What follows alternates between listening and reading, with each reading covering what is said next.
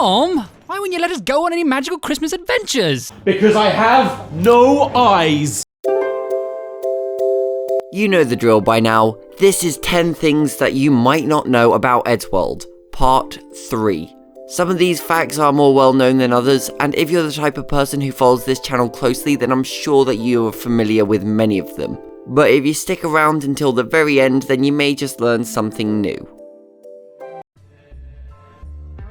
Eddsworld was created when Ed Gould was in secondary school. That's high school for the Americans out there. He would doodle his friends into comics in his sketchbooks, and these doodles would later become the show that we know today. On top of this, he was animating his own scenes and growing an online following by the time he was 13 years old. What were you doing when you were 13 years old? This guy was already creating things that people loved. In Fanservice 2, we open on what looks like an Eddsworld office building with a sign being painted green and a banner saying that it's under new management. The new management of course being Matt taking over production of the show. This building is lifted from classic Eddsworld episodes like the Christmas specials, and it's supposed to be the place that Eddsworld media is created. So whilst the characters lived in that house, this is where the cartoons were made. Should somebody tell them that they exist in an Eddsworld cartoon? The character of Santa Claus is played by the voice actor Josh Tomar, or Josh Tamar, I'm not entirely certain. Not only did he voice Santa and Santa, he has several other credits, including characters from Has-Been Hotel, One Punch Man, and Sword Art Online, and many other video games and cartoons. Eduardo actually changed voice actors between his introduction and the legacy. What are you losers doing now? You're a loser! You said haunted houses were stupid and that you guys are stupid. This baby's nuclear powered!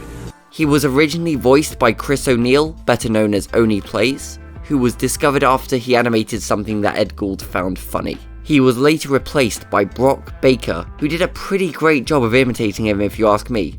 I had no idea until someone mentioned in a comment. This line that Matt says was stolen from Tom, and it took me way too long to notice. You know when I said I didn't have any spare change? I lied! Matt, remember that time I told you I didn't hate you? Yeah! I lied! Oh. This one is fairly well known, but it's so awesome that I just had to mention it anyway. The climate change episode was commissioned by the organisers of the 2009 Climate Change Conference to be shown at its opening ceremony. Climate change and climate change denial are amongst the most pressing issues that we have to face. And since that conference, this episode has apparently been shown in schools. Edds World, saving our world, one video at a time. I mentioned this in my last video, that Tom wears a pair of checkerboard pattern Vans, one of several checkered items he owns as a nod to the voice actor's love of ska. Ska is a music genre with a subculture that frequently uses checkers as part of its iconography, so it made sense for the character to wear them. However, he didn't always have this pair of kicks. He wore these generic black and white shoes right up until What the Future, where he was finally shown to be wearing the shoes with his current design. Another design curiosity that came about over time. Until 2009, the drawstrings on each of the characters' hoodie was just two straight black lines. It wasn't until the climate change episode that their hoodie strings started to resemble actual strings, a detail which really improves the way they look. Interestingly, the characters got their improved hoodies right around the time got his new shoes.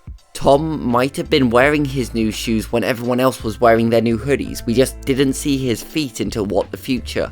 Alright, so I'm just editing this video and I've found out that Tom is actually wearing his checkerboard pattern shoes in one scene in Movie Makers. Even though he wasn't exactly at the start, he clearly was later when he points the camera at his feet. And from my understanding, this is actually the first time we see those shoes. There were definitely times before this where he was just wearing all black shoes, so this was clearly a change in design, but it actually came in this episode and not What the Future, like I said earlier.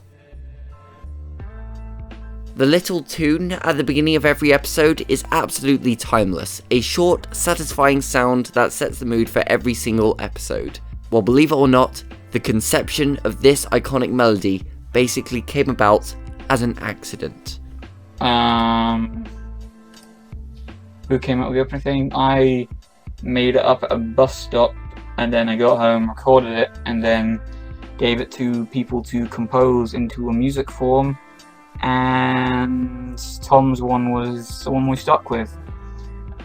I was just literally sitting at that something do. I was very bored.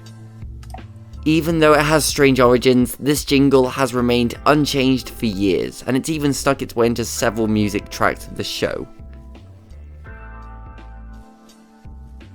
Lots of people animated the end.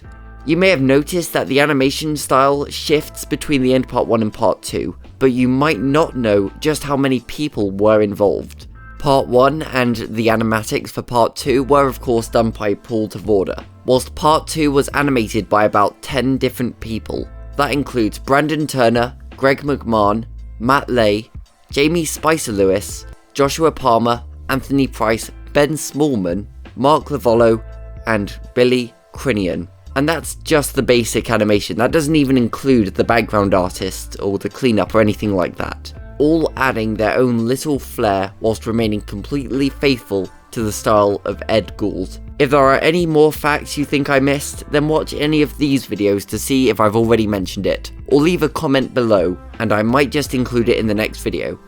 And thank you Davey on Discord for this incredible artwork of me.